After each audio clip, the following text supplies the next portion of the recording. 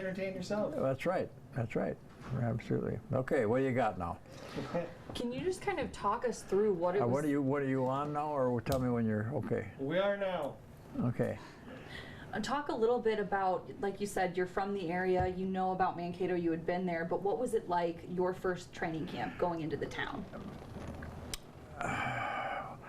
Well, Mankato, I didn't have a vision of Mankato as a training camp. I'd had a vision of, I'd played basketball at Mankato, and I'd played baseball in the area, and I'd had friends from Mankato, so I knew Mankato, where it was and what it was. But from a football standpoint, it was a new experience because I'd come from Canada, where I'd been up there, in Canada for 10 years, and then coming to Mankato after the Vikings had moved from Bemidji to Mankato. It was a little different. Gage Hall was the first thing we encountered when we got there, and it was like going to purgatory, because we're in August, and training camp in those days was 6 weeks, and we had to live in a dormitory without air conditioning and practice twice a day. It was not an easy task for a lot of fellas to do that. Equally difficult for the coaches, because we had to work under that environment where, our work areas were not air conditioned, so we had to work at night and a lot of times and get ready for the next day and the next morning. There were many nights it was 3 o'clock in the morning before you stopped sweating, and get to sleep because of the heat in that time of year, and it was, as I said, it was like going to purgatory, and particularly when you're used to having an air-conditioned home and a living room and a lounge or a television or something. There we had no amenities to speak of. We had a television in the main, reception area or something, but other than that, you just had to exist to kind of get ready for the football season. Is there anything that every camp you made sure you brought with you, something to remind you of home? You brought a picture of your wife, maybe, but there wasn't, you're in a dormitory room. The coaches were no different. My room had a little ante room to it where we could look at films and things, but you slept on a bed with wet sheets, and it was not unusual. Other teams were going through the same thing. We weren't any different than most teams in those days. But also the training camp was longer. We had 6 weeks of 6 preseason games, and we stayed there. We got there maybe. We got there later than anybody because I didn't like it there. And I didn't feel it was necessary to be there any longer. We had to, so we were the last team to go into training camp. The players appreciated that because we had maybe a week or maybe 5 or 6 or a week days that we didn't go into the other teams. We went in after other teams, just so we didn't have to stay there any longer than we had to. And then we stayed there till the last preseason game, and then we went home, and it was a rush. Get the home. And it is so different now, as you mentioned. You guys had the 6 weeks as opposed to the 2.5, 3 weeks, and it was just such harder hits on the field. And just what was the toll like on not only the players but you yourself as a coach? Like you said, you're up sweating until 3 in the morning. Yeah. Well, it was. As I said, it was a different environment for everybody, but on the other hand, it brought a little camaraderie to it because we were living with one another all the time, and we tried to make the best we could. We had bocce ball tournaments, we had cribbage tournaments, we had ping pong tournaments, we had any free time we had. We try to use it for recreation, if I may say. But every night, we had meetings at night. We'd practice twice a day, meet from 7 to 9 or 7 to 8:30. Then the players would have a couple hours off to go get a pizza or a beer, and then had to be back at curfew, which was 11 o'clock. And then to sit in that room with a fan blowing on them all night. And so it was, some players had a hard time with it. They did, because they came from an environment where they had all the amenities of, the food. The food was great, of course, but we had to learn to get along with one another, I'll tell you that.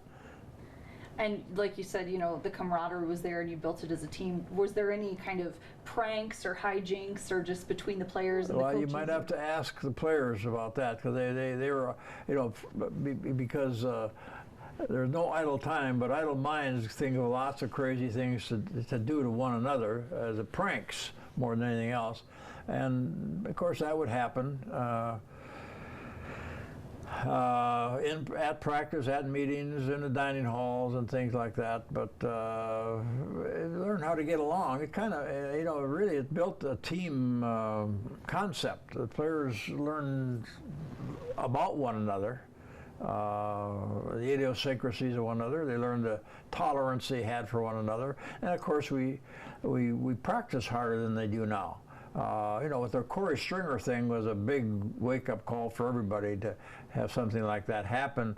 But I remember that I used to, in the morning, I'd wake up and I'd listen to the farm report every morning, and they'd have the what they call the I forget what they called it, but a cattle warning. If the index was certain humidity with a certain temperature, that meant you had to get your cattle under shelter or water. Make sure that they had that, and that was something I listened to. And not that I referred to our players as cattle, but I followed those guidelines, so I knew how hard we had to practice or how much we had to let up, how much water we had to make sure they have, make sure we took their pads off, they didn't overheat as much as, so I listen every morning what the cattle index was to the farm report, and I was at 6:30 in the morning, whatever it was. It meant that today was a hot day, make sure your cattle have water or they have and shelter from the sun. And so that was, I didn't tell the players that, you know, but I listened to it, so they didn't know that, well, this afternoon we're not going to practice in pads. They didn't know that. I'd just tell them, well, today we won't practice in pads. But I did it on the basis of what I got from the cattle warnings. And just being able to have, you know, as many padded practice or non-padded practice as you wanted, do you think that kind of helped you as a coach be able to really see, hey, this guy's taken off, and just them preparing for the season, you getting a feel for how they would do? Well, you know, it's the other interesting thing is that most players, I mean, not most, all players are different in terms of how much hydration they can handle. You could say you can drink a lot of water, but if you can't assimilate the water and hydrate it properly, something doesn't work with everybody. I had certain players I watched very closely because I knew that they dehydrated very quickly. They'd sweat profusely, and when they do that, they become weaker. They can't run as fast. They're not as strong. So, I mean, I watched certain players very closely and took them off and took them out and reduced some of their workload, and some players. We had players that could practice all day in 100-degree heat and sweat profusely, but their hydration system was a little different. They did not suffer from that. That was part of my job and the trainer's job to monitor all of that. I watched it very closely. And how about still out there all day? And well, yeah, we were out there maybe 6 hours a day. I was fortunate that I could handle the heat. I mean, I can handle cold.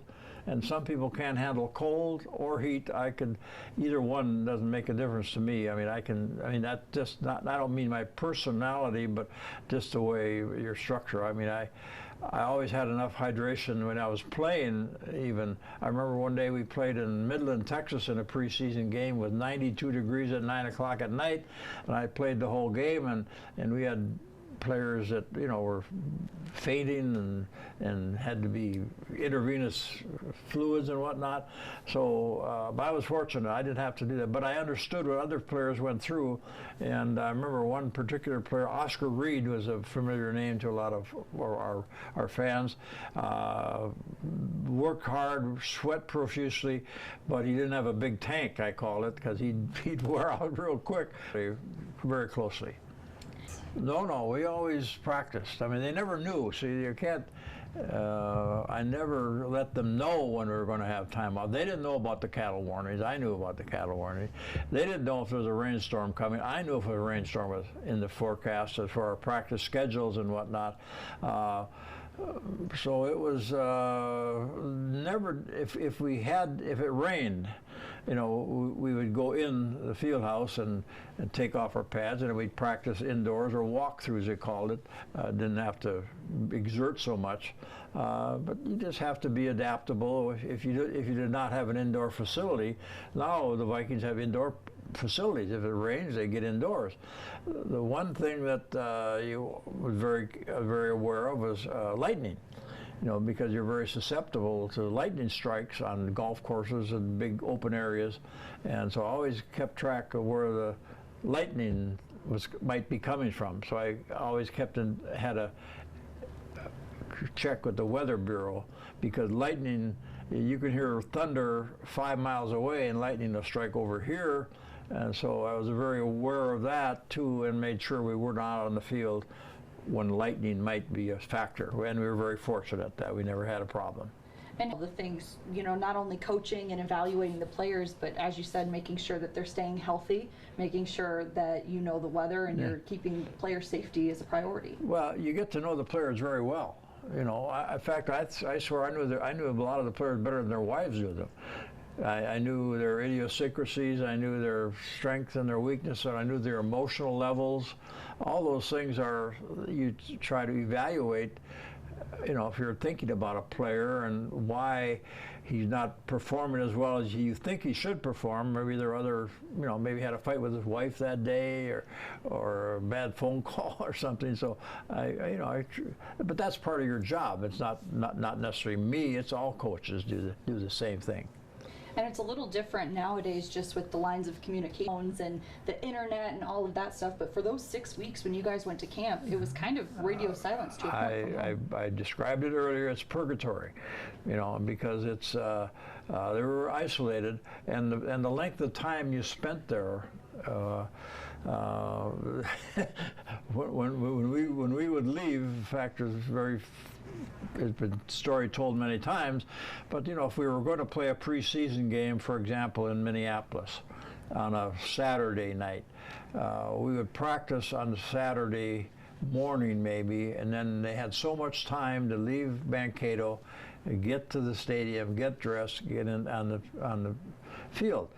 Well, I didn't want them to dismiss them all at once, because it'd be like a cattle stampede to get home, to do some things before the game. They might not even get to the game. So I only left enough time so they could get to the game reasonably and not get home and their wife say, hey, I need this, I need that, now you got to take care of this, that, and the other. And so they were very anxious to leave. I would never let anybody leave camp until I said it was okay. And so I used to blow a whistle, and you know, they'd be lined up ready to go, and then I'd call the highway patrol, and I'd say, now we're leaving camp, you know, and these guys got all nice new shiny cars, and I'm sure they've been penned up. They're going to be going, I'm exceeding the speed limits, not to punish them, but to protect them. I would call the highway patrol. So they'd be lined up at St. Peter, and the car comes through there, and the highway patrol would stop them and ticket them, and the other players would see the ones in front were getting ticketed, and they think, well, now he's gone, but then another guy was up there in front of them as a protection measure, so they didn't go too fast. And that was, they finally figured that out. But we had Jim Marshall was our official starter, I called him, because he would signal when we could leave. I would give him a signal from the dormitory room, from Gage, and he'd be out in front of the stadium, and he'd shoot his gun off in the air, and boom, he was the official starter, and then they could all leave. And that was, fortunately, we had no incidents where anybody got, other than ticketed. We had no accidents. I warned them ahead of time, but they can tell you more stories about that than I can. But that's one way we tried to say, what's your job? Your job is to protect the players too, and make sure that we don't have an incident. And did you do the same sort of thing, you know, when they had some time off in the evenings, just to make sure they kind of stayed, yes, they could have fun, but stayed within reason? Well, no, they were on their own after when they had a couple hours at night, and there's occasion they might even drink too much beer in 2 hours, you know. I mean, whoa. it's really hot, and they got lots of fluids that they need, and so they drink, maybe a little more beer than they should have, and we had maybe a couple of incidents in that area, but nothing was major that I can recall, other than curfew violation or something, coming in a little late, but that was all part of the job. And what did you do when you were studying film and having meetings? But did you have any free time at all to play bocce ball? Well, we used to go down, and after the player had curfew at 11 o'clock. Well, then the coaches don't have curfew. So we used to go down to like Michael's. Remember Michael's? Is that Michael's still there? It's not there anymore, but I've heard that name. Yeah, Michael's was downtown. Michael's is a bar restaurant downtown. Anybody in Mankato was older than you would remember that. And we'd go down there and relax a little bit for an hour or so, and that was our free time, if we had free time. Now sometimes we'd have to use that because we'd have film of that day's practice, had to go over it, edit it for the next meetings the next morning. So it's tough if you're a family person, and you get kids at home, a wife at home, and coaches were no different than the players. I mean, we all had home responsibilities. To be at training camp for that amount of time was quite a sacrifice. On the other hand, we had some players that enjoyed it. I mean, they were gregarious. Bill Brown, he loved training camp. I mean, he just thought it was, he was well met, and all the players liked him, and they joshed around. He played cards every night, and had a good time. Tarkington, for example, he said he enjoyed training camp because now he's away from everything. He can put all his other problems aside and just concentrate on football. Maybe 6 weeks was a little long, but it gives him, he said, that gave me time to really, mentally prepare myself for the season. I think it's a little more difficult now with the short training camp and the lack of time through the Players Association. The training camps were a little bit tough, and they've reduced the amount of time, amount of pads you can have on, amount of scrimmaging you can do, amount of hitting you can do, and of course I mentioned earlier the Corey Stringer thing really brought all that into focus, and maybe some other incidents too, but it's certainly probably better than it was. Say to Coach Zimmer about, have you guys had a conversation about the differences between camp when you were there and camp when he's there? Well, one thing you learn about coaches, we all got big egos, and we think we know better and know more than the other guy. So you don't tell coaches, they don't come to you and say, well, what do you think? They already got that figured out. But one difference is that we had, 5 and 6 assistant coaches. Now they got 20. You got 20 assistant coaches or 22 assistant coaches. So their workload is not as great as ours was. And the technology of punching a button and having certain things come up is a lot easier than we used to have to put in film and rewind it and look at it again. So with 22 coaches or 20, whatever the numbers are, varying between teams, the workload is dispersed a lot more than it was in our time. So I think I would suspect that the workload is not as hard on the present day coaches, and the practices, the preparation for practices is not as hard because they can't practice as long. There's only certain things they can cover. So not that I'm saying we had it tougher or worked harder, but I think today's atmosphere, I think it would be a little bit easier with all the cameras and videos and storing of information where you can press a button and you say, well, what did Green Bay do on third down in the third quarter on the left hash mark with 10 yards to go? If you press a button, you get all that information. We had to do it by hand. So I envy them today. I don't envy them. I mean, I appreciate what they can do today as compared to what we did. Camp kind of play into it. It's a little different than out here where they don't have, you don't have hundreds of fans waiting and watching practice. What was it like for you to have fans there? Well, we enjoyed the fans. I mean, that was great. We had the fans right up next to the snow fences, and the fans were always wonderful. I mean, and I don't know what you get out of watching a football practice. To me, it's be boring for but they get to identify players and come and have a good time, and the fans are always so appreciative of what the interaction with the coaches and the players were, and I think that did a lot to make you feel welcome, and you know, when you walk off the practice field, I always told the players, I know you're in a hurry, I know you're tired, and I know you're sweaty, but if every player just stopped and signed 10 autographs, we could handle this whole thing. And most of the players accommodated that. They would always, as they walked off the field, they would sign the autographs and you know, drift in, you know, and if we all did that for 10 people, then we could take care of the demand. And I was always the last one, and I was always hanging back to make sure that everything was, nobody got in a mess or a fight or something. What was one of your kind of favorite fan interactions, or is there anything that kind of sticks out about certain fans here or there? Well, we used to practice in the stadium sometimes in the afternoon, you know, and go through a passing drills and whatnot, and the fans liked that because they could sit down. They didn't have to stand lean over a snow fence or be on a little bleacher, so they'd come there. And I remember that we used to practice like the national anthem. We always emphasized that at our games, and our players had to stand in a certain way and blah blah blah.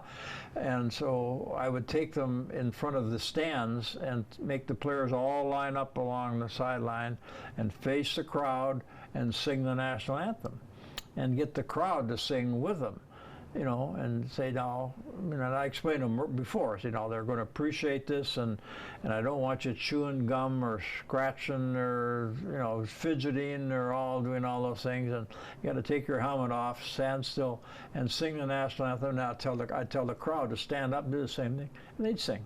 So that, you know, it was a little bit of I made kind of corny maybe, but they appreciated. The fans had a good time, and the players, they'd rather do that than do wind sprints. Did anybody have a second? You know, we had some guys were pretty good at it. Tim Irwin he's a big, you know, offensive lineman, had a deep voice, and he was always our leader. You know, I'd start with Tim. He'd start it, and then the players would pick it up. I don't know, the players were terrible singers, but the crowd would pick it up, and they'd start singing, and then that was the end of practice. And then I had Carl Eller was our master at arms. I'd make him in charge of making sure they stand with their feet just on the line, not over the line, and they'd hold the helmet a certain way and face the flag and all that. And he'd been in the National Guard, and Carl's an imposing guy. If he says stand up straight, you stand up straight. And there's so many different little things that go into not only just the plays and, you know, knowing the fundamentals of football, but just stuff like that I, as a fan, wouldn't have thought about. Is there anything else that you know, little things that maybe fans behind the scenes? Well, I mean, it was something we did, but also the monotony of football practice is hard. I mean, that's why I don't understand how fans can see much when they're looking at other than these big men banging into one another. But a lot of it is standing around and instructions and stuff like that. So it was.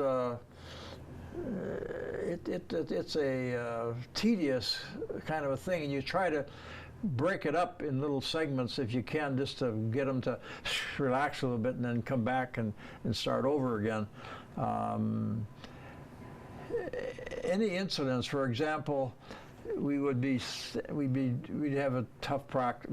Things would be slowing down, and the attention span was. Well, then in August, I don't know if you know anything about butterflies.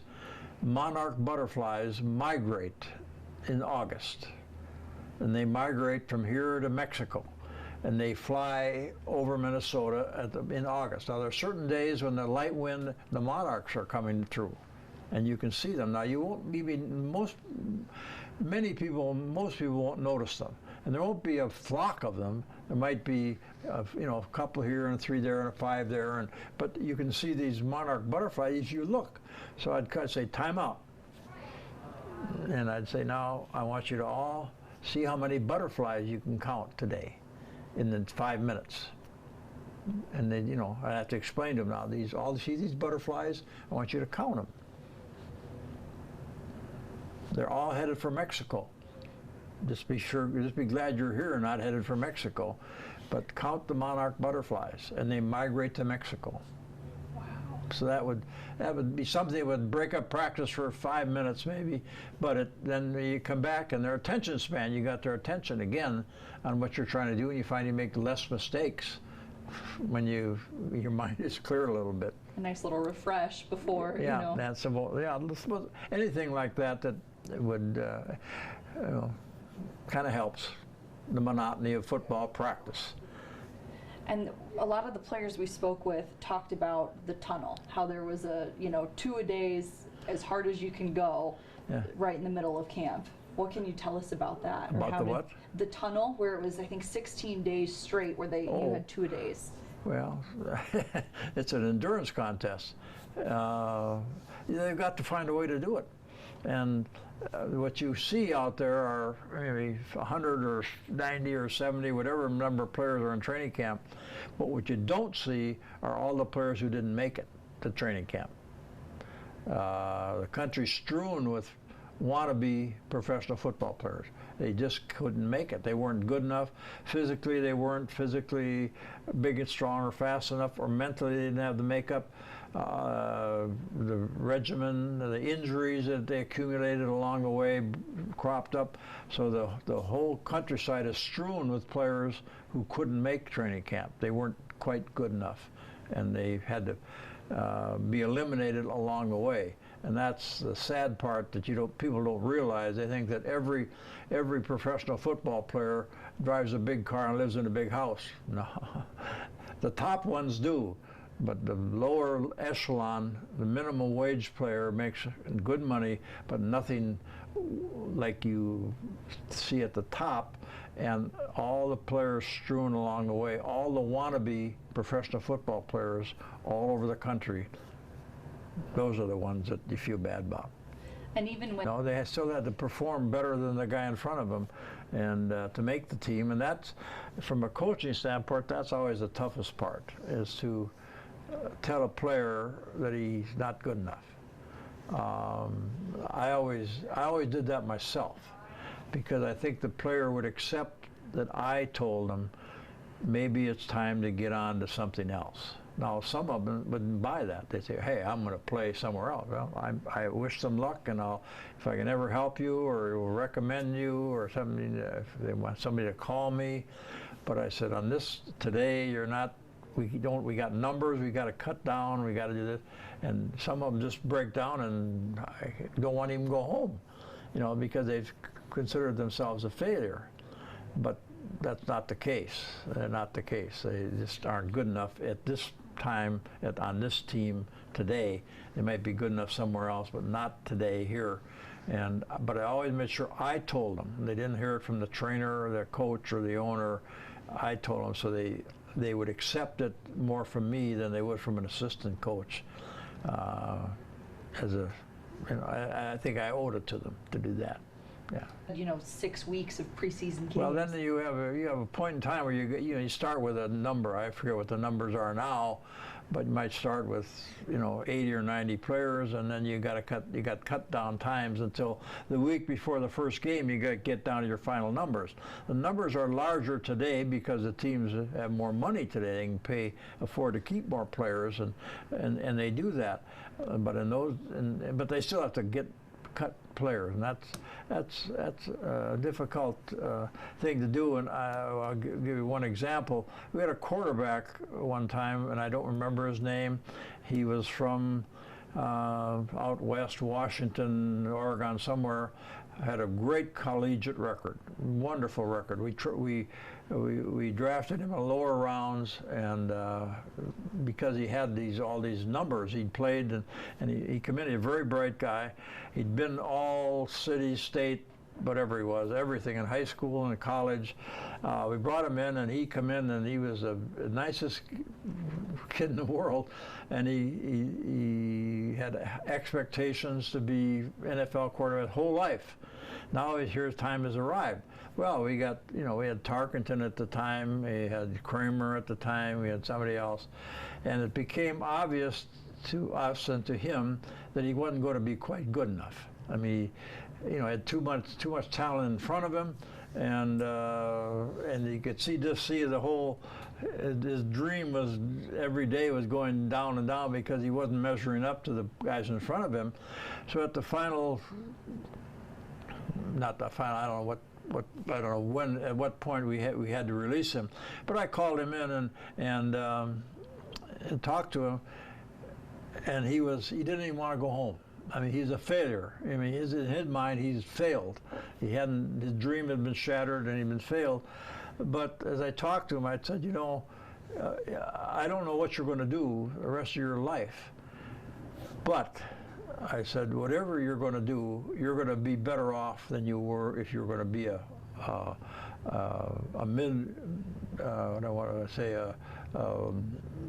wannabe quarterback in this league for 2 or 3 years.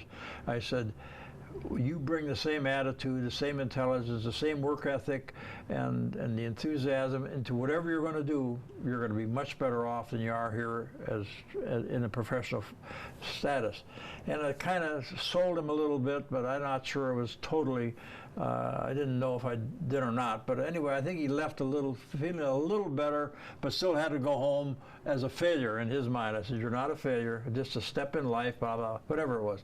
I can't remember everything I said. About 10 years later, I get a letter from his wife. His wife said, now she mentioned what he's done. He's the head of some company. They got 3 kids and he's making, I don't know what he's making, but he's got a beautiful home, nice wife, family, everything. And he's also a motivational speaker now. And he gives seminars or gives speeches. I don't know if he's a motivator. He doesn't make his living that way, but they went in the company he made motivate. One of the things he said was the turning point in his life is when he got cut by the Vikings, because he said you explained to him what was happening and if he went on and life applied the same principles to his job. He said, I've heard that speech so many times, and I just want to let you know how appreciative he was that you took the time to talk to him, explain to him, and he's used that in part of his speeches many times. That was a turning point of his life, that football is now behind him, and now he's moving on to other things. Unfortunately, a lot of players we do have to release don't have those options. They don't have that capacity to do what he did, and I feel sorry for them. And I know you said that a lot of, your job is to look after beyond, not only forming football players, but upstanding citizens and human beings. Well, you don't want to be a preacher. They've been preached to enough. I don't want to be, what. All you got to do is know that what's right is right, and what's wrong is wrong. You better know the difference, and that's all. I never preached to them, but use what you got in the best way you can, and we've got a lot of good examples of that. And how was it I know you called it purgatory, and just explaining it sounds just an experience that now players don't experience at all, and they never feel going in 6 weeks by themselves with just their team and their coach, but just the relationships that are built during that time at training camp, and just having to kind of have everyone fit into their roles. You can't compare eras. I mean, this is a different era now. This is different. You can't say that we did it any better or any different, but it's changed, and this is what it is today, and it's not what it was. All we can say, this is history, and this is what it was, but today is different era, different. Money is different. Like I said, you got 22 coaches instead of 5 assistant coaches. You can accomplish more. In terms of knowledge, I look at it a little bit easier than what we had it, but that doesn't mean it's any better. We survived. We got along. We won. And I guess that's all you can expect. Don't try to compare. I keep telling my kids that. Don't compare. I can't say because what I did when I was a kid is what you got to do today, and I teach my children the same way. I mean, this is different. You can't live in my era. I can't live in your era. You got to live today, and it's different. So just adapt to where we're at. Is there anything nowadays that you miss? You know, you look back and say, oh, I wish I were in Mankato for this, or I miss this bit about training I'll camp. be very honest with you, I do not miss Mankato in training camp. That was not a fun time. I mean, it was our job, and the fans and everything were wonderful, and we were treated, couldn't be treated any better than we were in Mankato. I mean, that is I think, and I've talked to other teams and other coaches, other players, other camps. Mankato is probably as fine a place to have a training camp as there is in the United States. And the players appreciated that, and maybe in retrospect do or did. So no, that was, Mankato was always a wonderful place to be, and the memories are all good, and you know, hopefully it'll go on for forever. Are there any memories that kind of stick out to you that maybe fans don't know or haven't heard about? Not that I want to put on tape.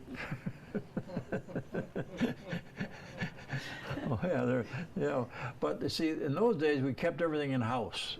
I mean, if we had a problem of any kind, whoever the problem involved would come to me or come to the Vikings. We would probably take care of it, and whether it was a speeding ticket or a, you know, too much beer or whatever. You know, I mean, I don't want to get into all that, but nowadays with the social media, I mean, if you say a derogatory remark to somebody that's on a social media, you get, you know, harassed. That we didn't have that kind of a problem that they might have today with the social media, putting everything out there right away, right now. There were things that went on that maybe we just took care of that nobody ever heard about. And that was our job. That'd be tough today.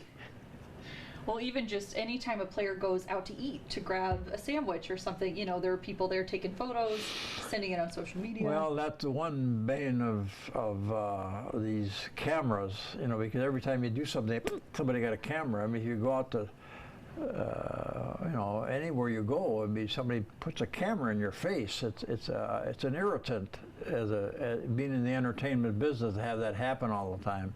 I would find that a little more difficult than what we had it. I mean, they had the, you know, the box brownie. Then, you know, wait, you know. Now they just put it in your face and snap it on, and the lights on, and they're taking everything. So that'd be something to adjust to. Again, this is a different era. I don't want to compare it. Cause is this better? Fine. But this is different. It's different. I don't know if it's better, but it's different. Did you notice kind of your life change over training camp in the way that the fans interacted with you and saw you as the... No, the fans are always great. Mankato was a great place for a training camp because we had one objective and one job, and we didn't have to. The reason you have a training camp is that you could take the players and have their full attention. Because if you lived here, you know, they all got wives, girlfriends, mothers, families, whatever. There's always something that comes up. Baby needs something. The car's got a flat tire. You know, and they call their husbands or boyfriends to fix it. Well, when they're in training camp, they got to take care of it somewhere else. They don't have to worry about that. And if it's a serious problem, if somebody's sick or something, of course it goes through me. But you know, it alleviates, and a lot of them appreciated that, because you know, if everybody's dependent or independent, whatever it may be, and if you're in training camp, you're unavailable for what may be a major thing to somebody, but maybe it's a minor thing. It's only that, well, honey, we don't have enough money in the bank account. You know, well, they got to take care of you know, whatever. So training camp gets concentrated attention. I'm not sure we needed 6 weeks like we were there, like they don't need it now. But anyway, it worked, and it's still working. Were there any days where, you know, players' families came down your field? There were days we would have like a Wednesday afternoon, evening off, no meeting. so their wives could come down, their girlfriends could come down, and Wednesday they could have, go to spend some time with them, but their wives had to go home. They didn't stay overnight, but they could see the kids, and they come to my family too. They'd come on Wednesday night, and I got to get to see the kids and hear what's going on, and they'd go home. What'd you guys do during that time? Have a picnic. Over on the fields? Wherever there are parks in Mankato, a lot of nice places to go in Mankato. Find places to go. It's good. Do you guys have anything? Just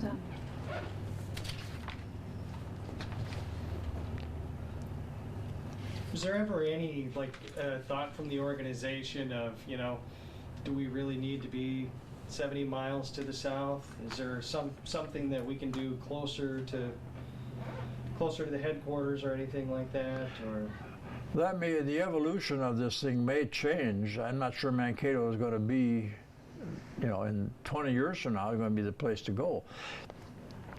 I'm not privy to this, but they just are talking this. They may have to. The Wolves may take this, where we're sitting today, this part, and make a big complex here and move to Chanhassen or Shakopee or someplace else, because this property becomes so valuable from that standpoint. I'm not privy to any of that, but I can see, because I've seen it happen to so many other teams. They had training camps away, and then they built a new structure, a new stadium like we have now. And maybe they incorporate practice somewhere in that area or in that venue, and that can all change. So, like I said earlier, eras are different. Or maybe we may be moving into a new era now with a new stadium and what all this is going to encompass. yeah. So speaking of different eras, you were in a few Super Bowls, and this team hasn't been. So, Yeah. What do you think this team? Do you think this team has a chance this year? And what's your opinion on Now that? you're talking about predictions. Yeah, I like you. You have to answer her though. Yeah. I'm not into predicting. There are 32 teams in this business. If you got to the Super Bowl once every 32 years, it'd be about the average, wouldn't it? It's tough. It's a tough business. But you've got to remember that it's not life or death business, it's the entertainment business. That's the only thing you're involved in is entertainment. And the entertainment value is still there. I mean, more than ever. So you've got to remember that. It's not life and death. It is entertainment, and we pay a lot of money for entertainment. Eating out, entertainment. The two big things in this company, what we do now. We pay a lot for entertainment. Football is the most entertaining thing going on in this country today, and it seems like it's getting bigger and better all the time. You gotta like this year's team. Huh? You have to like this year's team. There's a lot of potential. Every team's saying the same thing. Every team, you've got to think that you can be good enough, and who knows? That's why we play the game. Is that kind of one of the nice parts about entering into training camp, because everybody's kind of starting essentially clean? Well, everybody's enthusiastic at training. I got new players, and everybody's healthy, and you start even. But as the race goes on, some people pull ahead, but we're all even right now. So let the fun begin. I think, are we all out of questions? Is there You got anything 30 minutes of stuff there? And Is there then anything you some. want to add that we didn't cover? Yes, you will. I don't think so. Okay. Are you willing to help us out with the right here on? No, not so much. No. Not today? No, All right. no, I don't. I had to ask. Yeah. I had to ask. Practices in the afternoons. The players are awful good about, interacting with the crowd. And going on and off, just walking on and off the field. I mean, from where they dress to the stadium, be lined with people. Well, the players always took time to say something. I don't know what they do now because I don't go there, and they probably do the same thing now. That's why it's so popular in the state to get to Mankato training camp, because they get a chance to stand next to a player. When they practice here, you can't see anything. You can't get in here. It's like, I don't know what they think is so valuable in here, but you can't get in here. And but in Mankato, hey, he walked right by me, you know, and he'll say hi and he'll sign an autograph. That only happens at training camp. Doesn't happen here. So. Well, and Gage was right there too. You Yeah. know, you walked 10 feet and you were in the dorm. Yeah, that's right. So it serves a purpose. Now, you know, a lot of places fans can't do that. They don't get anywhere near the players. They do here. It's a little different. So how often do you come to work? Here? Yeah. Whenever I feel like it. I really don't have any work to do here. I do this kind of stuff, but I mean, other than that, I don't. I have no requirements that I would be here or do anything other than some PR work. But I know everybody here, so it's just like coming to home, you know, to a family, and I can go in the locker room. I don't intercede in practice in any way. I'm not the consultant to the coaches, and they know more than I do, and so, you know, it's just nice to have a place to go. If you always had an office. You just leave your house whenever So now I you got feel an like office. I still have an office, huh? Yeah, I can see that. I'd love to do that. Yeah, just have an office to go to, but you can't sit home and, I don't sit home. If I'm home, I'm doing something else, so.